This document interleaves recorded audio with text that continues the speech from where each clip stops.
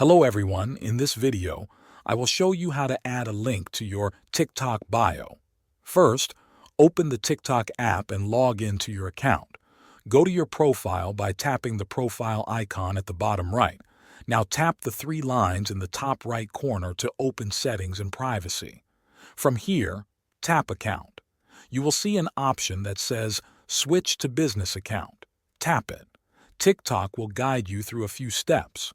Choose a category that best fits your content, like personal blog, education, or any other. Then confirm your choice. This process is free and only takes a few seconds. After your account switches to a business account, go back to your profile and tap Edit Profile. Now you will see a new option to add a link. Tap it and paste the link you want to share. Make sure it is correct and starts with HTTPS. Then tap Save or Done. Return to your profile page and you will see the clickable link appear right under your bio.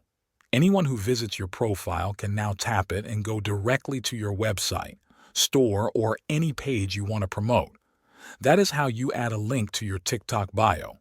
Thanks for watching.